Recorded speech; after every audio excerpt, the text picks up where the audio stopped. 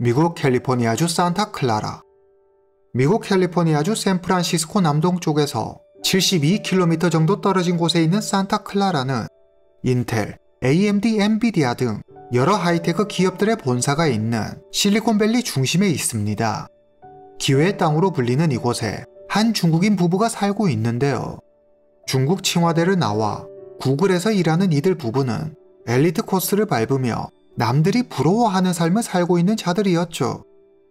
행복하게만 보였던 이들에게 어느 날 불행의 그림자가 들이우고 결국 비참한 최후를 맞게 됩니다.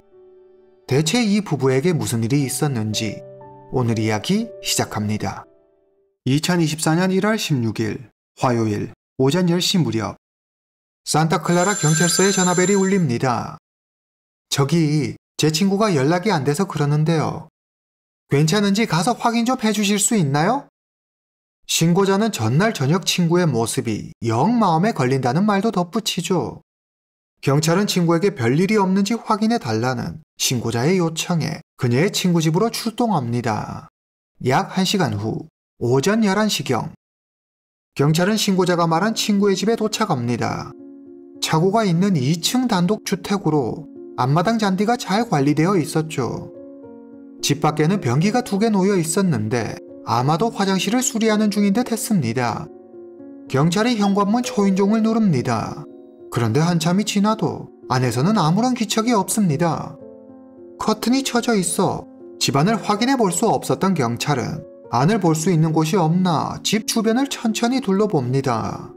다행히 뒤뜰 창문이 열려 있어 경찰은 창문으로 집안을 들여다보는데 웬 남성이 무릎을 꿇은 채 두 손을 높이 들고 멍하니 허공을 바라보고 있었죠. 경찰은 남성을 향해 문을 열라고 소리쳤지만 남성은 꼼짝도 하지 않았습니다. 경찰이 가만히 남성을 살펴보니 남성의 옷과 양말에 피가 묻어있는 게 보였습니다. 뭔가 상황이 심상치 않음을 깨달은 경찰은 현관문을 부수고 집 안으로 들어가죠. 경찰은 바로 남성을 제압하고 집안을 수색합니다. 그리고 침실 바닥에 쓰러져 있는 여성을 발견하는데 그녀는 이미 숨진 뒤였습니다. 경찰은 즉시 현장을 봉쇄하고 수사를 시작합니다. 숨진 여성의 머리에 둔기로 맞은 듯한 상처가 발견되었고 남성의 오른손은 심하게 붓고 보라색으로 멍들어 있었습니다. 그뿐만 아니라 남성의 옷과 다리, 팔과 손에 피가 묻어 있었고 침실 바닥과 벽, 문은 온통 혈흔으로 가득했습니다. 남성용 슬리퍼에서도 역시 혈흔 자국이 발견되죠. 이후 DNA 분석 결과 혈흔은 모두 피해 여성의 것으로 밝혀집니다. 경찰은 남성이 피해 여성에게 무력을 사용했을 것으로 추정하고 남성에게 손은 어쩌다 그렇게 된 거냐고 묻습니다. 그러자 남성이 힘없는 목소리로 대답합니다. 아내를 때렸어요. 경찰이 이어서 언제 그런 거냐고 묻자 남성은 어제라고 짤막하게 대답하죠. 그러고는 갑자기 벌떡 일어나더니 책상 위에 놓여있는 사진 한 장을 입에 물고 냅다 바닥으로 힘껏 던져버립니다. 사진 속 여성은 침실 바닥에서 숨진 채 발견된 여성으로 바로 남성의 아내였습니다.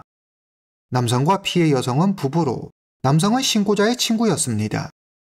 첸리렌 1996년 5월 10일 출생, 당시 나이 27세. 그는 구글의 유튜브 팀 쇼츠 알고리즘 소프트웨어 엔지니어입니다.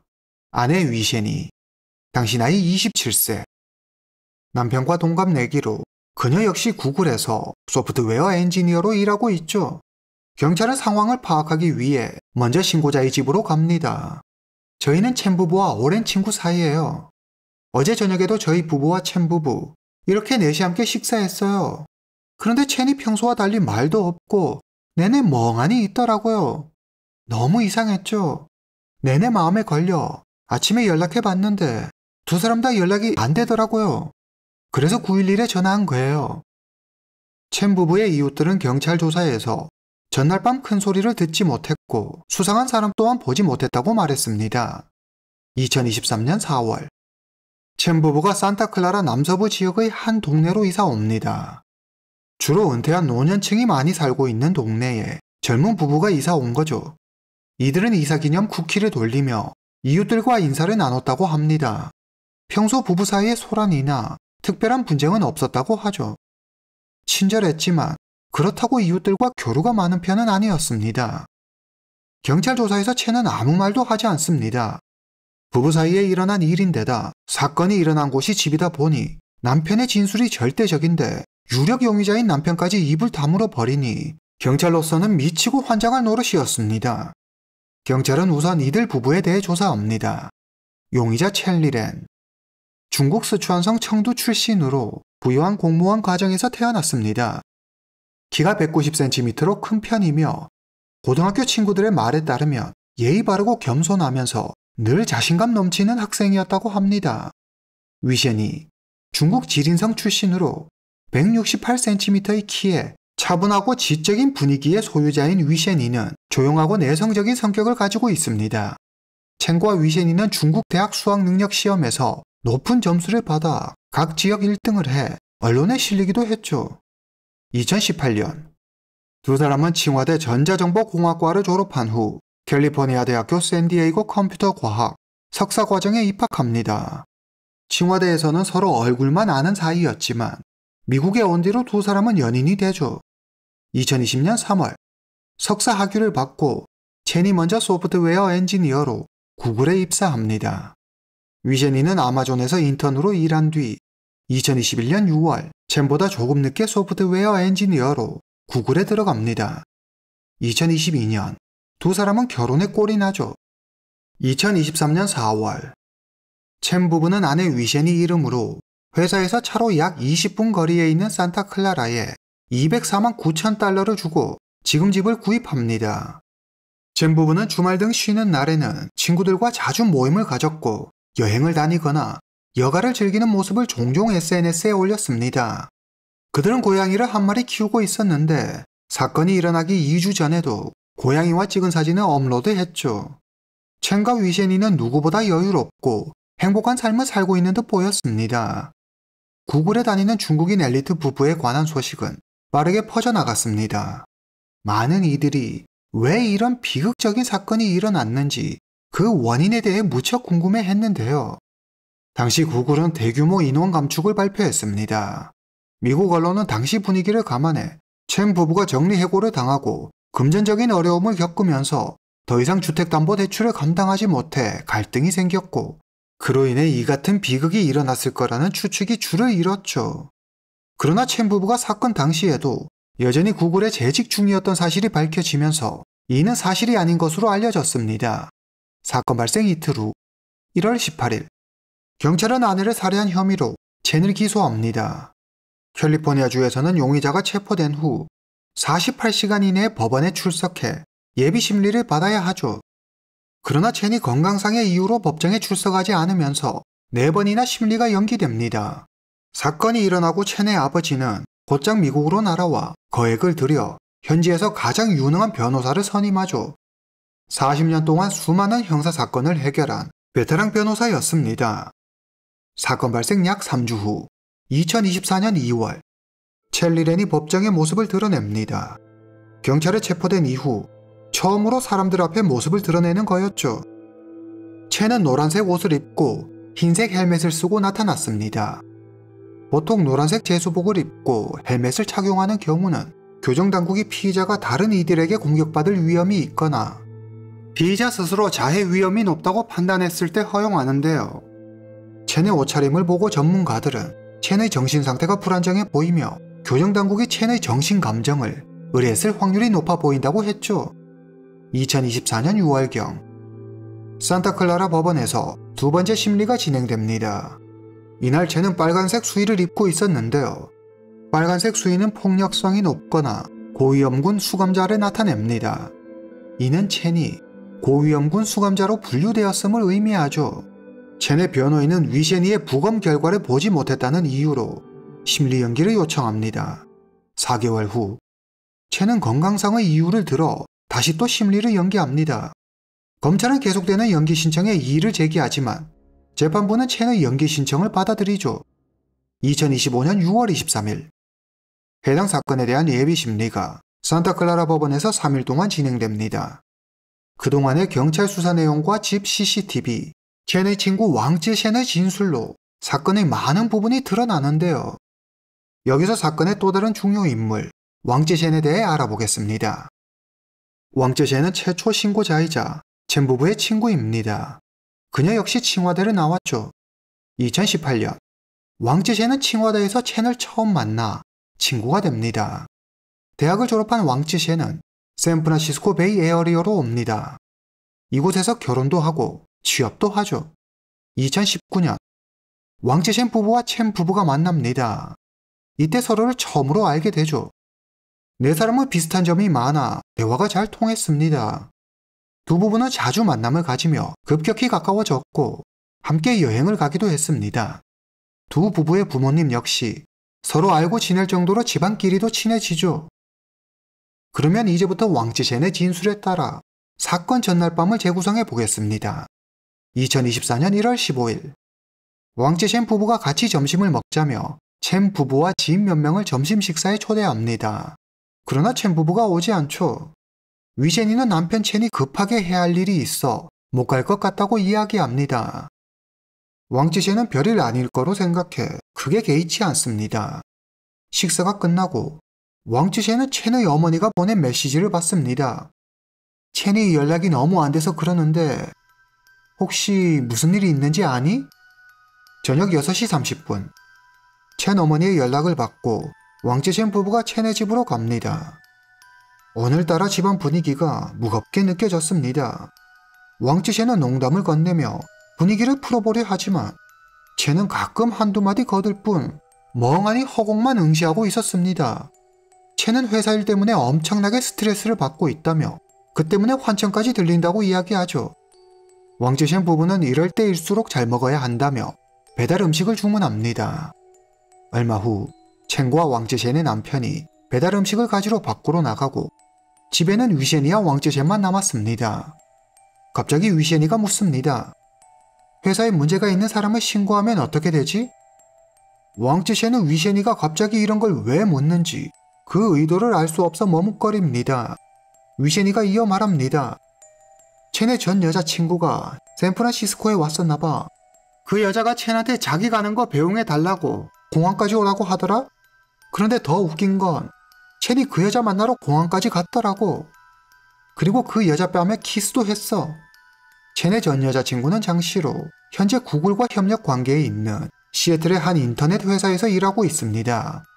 위셴이는 장씨가 남편 첸을 이용해 구글의 내부 정보를 빼내려고 하는 건 아닌지 의심하고 있었죠. 결혼 후에도 첸은 아내 몰래 전 여자친구 장씨와 계속 연락하며 지내고 있었습니다. 그리고 그걸 아내 위셴이에게 몇 번이나 들켰고 그럴 때마다 첸은 다시는 그러지 않겠다고 약속하지만 그 약속은 끝내 지켜지지 않았습니다. 오히려 한술 더 떠 아내를 전 여자친구와 비교했죠. 외모도 그렇고 수입도 그렇고 당신이 전 여친보다 나은 게 뭐야? 너만 아니면 내가 좀 더 잘 살 수 있을 것 같은데. 위셴이는 이전에도 남편 첸의 전 여자친구 장씨 문제로 왕쯔셴과 상담을 한 적이 있었습니다. 이제 위셴이의 인내심도 한계에 다다른 듯 보였습니다. 그는 울분을 토하며 말하죠. 사실 첸 전화기를 봤어. 사진, 메시지. 두 사람이 사귈 때부터 함께한 일들 하나하나 구글 문서에 그대로 다 저장돼 있더라. 그리고 더 기가 막힌 건 첸이 여기에 그 여자 집도 사주려고 했어. 이제 더는 아닌 것 같아. 첸이랑 이혼하려고. 잠시 후 남편들이 음식을 가지고 돌아오고 네 사람은 함께 식사한 후 왕쯔셴 부부는 집으로 돌아갑니다. 다음날 아침 어제 일이 마음에 걸렸던 왕쯔셴이 첸 부부에게 전화해보지만 두 사람 다 전화를 받지 않습니다. 걱정이 된 그녀는 바로 911에 신고하죠. 여기까지가 첸의 친구 왕쯔셴의 진술입니다. 이어 산타클라라 경찰의 증언이 계속됩니다. 2층 집이었는데 1층 현관에 들어가면 거실이 있고 여기가 주방이고 방이 2개 있었어요. 이곳이 화장실이고 2층에는 침실과 욕실이 있었죠. 당시 첸은 주방과 침실 사이에 무릎을 꿇고 있었어요. 위셴이는 여기 침실 바닥에서 발견됐고 2층에는 짐을 싸다 만 건지 캐리어가 열린 채 놓여 있었어요. 이어 경찰은 첸 부부의 집에 설치돼 있던 CCTV 영상을 보여줍니다. 사건 발생 하루 전 오후 4시 28분 문 밖에는 아무도 없습니다. 위셰니가 집을 나가려고 하자 첸이 위셰니를 나가지 못하게 막아섭니다. 두 사람이 다투는 소리에 놀란 고양이가 밖으로 도망치자 첸이 패딩을 입고 고양이를 찾으러 갑니다. 오후 6시 30분 왕치젠 부부가 옵니다. 이후 두 사람은 다시 집으로 돌아가죠. 사건 당일 밤 12시 21분 위셰니가 주방으로 들어옵니다. 이 모습을 마지막으로 더 이상 위셰니를 볼 수 없었습니다. 새벽 4시 43분 첸이 주방을 들락날락 합니다. 그런데 그의 옷에 피가 묻어 있습니다. 새벽 5시 16분 첸의 오른손이 눈에 띄게 부어올랐습니다. 4분 후 첸이 전기톱을 들고 주방으로 들어옵니다. 아침 8시 10분 첸의 손에 과도가 들려 있습니다. 경찰은 첸의 외도로 두 사람의 관계가 악화되면서 위셰니가 떠나려고 하자 첸이 살해한 것으로 추정합니다. 예비심리 3일째 되는 날 첸의 전 여자친구 문제의 장씨가 법정에 출석합니다. 장씨는 스촨 청두 출신으로 5살 때부터 첸과 친구로 지내며 같은 동네에서 자랐죠. 2013년 고등학교 때 두 사람은 연인이 됩니다. 졸업 후 함께 칭화대에 들어가죠. 2018년 칭화대 졸업을 앞두고 두 사람은 성격 차이로 헤어집니다. 2020년 첸은 위셰니를 만나면서도 전 여자친구 장씨와 계속 연락을 주고받습니다. 그는 장씨를 그리워하며 다시 만나자고 하죠. 장씨는 단호히 거절합니다. 장씨는 그때 새 남자친구를 만나 시애틀에서 새로운 삶을 준비하고 있었습니다. 2023년 7월 장씨는 남자친구와 약혼합니다. 그런데 2달 뒤 생각지 못한 일이 일어나죠. 장씨의 약혼자가 돈을 주고 여성과 잠자리를 하다 경찰에 걸려 체포되는 일이 일어납니다. 장씨는 바로 파혼합니다. 자신의 인생에 오점이 생겼다는 사실에 장씨는 너무 자존심 상하고 수치스러웠습니다. 그녀는 혼자 힘든 시간을 보내면서 전 남자친구 첸을 떠올리죠. 사건 발생 3개월 전 장씨는 첸에게 연락해 자기가 파혼한 사실을 알립니다. 그러자 첸은 아내가 매달려서 한 결혼이지 자신이 원해서 한 결혼이 아니라며 지금 결혼 생활이 너무 불행하다고 말합니다. 이후 첸과 장씨는 구글 카페테리아에서 그리고 앞에 아내 위셰니가 말했던 공항에서 총 2번의 만남을 갖습니다. 시애틀로 돌아온 장씨는 첸에게 문자 메시지를 하나 받는데 아내가 두 사람이 만난 사실을 알고 있다는 내용의 메시지였습니다. 곧 있으면 첸 부부의 결혼 기념일이었죠. 그런데 첸은 장씨가 선물한 옷을 입고 전 여자친구 장씨를 만나러 가죠. 이 일은 위셰니를 분노하게 만들었습니다. 사건이 일어나기 전날 새벽 위셰니는 첸의 휴대전화에서 첸과 장씨가 사귀고 지금까지 두 사람 사이에 있었던 모든 일이 다 기록된 구글 문서를 발견합니다. 두 사람은 그 구글 문서에 서로에 대한 애틋한 마음을 글로 남기며 계속 연락을 주고받고 있었죠. 위셰니가 그들의 문서에 글을 남깁니다. 너희 정말 역겹다. 그날 오후 문서의 소유자인 장씨가 위셰니가 남긴 글을 보고 다시 글을 남기죠. 당신 마음 이해해요. 나도 첸과 만났을 때 첸이 전 여자친구와 날 많이 비교했죠. 자존심 많이 상하죠. 만약 당신이 제 친구라면 첸을 떠나라고 충고해주고 싶네요. 더 이상 이 관계에 희망이 없다는 판단이 선 위셰니는 첸과 이혼하기로 결심합니다. 장씨의 진술이 끝나자 경찰이 장씨의 음성이 담긴 녹음기를 틉니다. 후회해요. 그때 첸이 다시 만나자고 했을 때 그렇게 해야 했는데. 경찰 조사 당시 장씨가 진술한 내용이었습니다.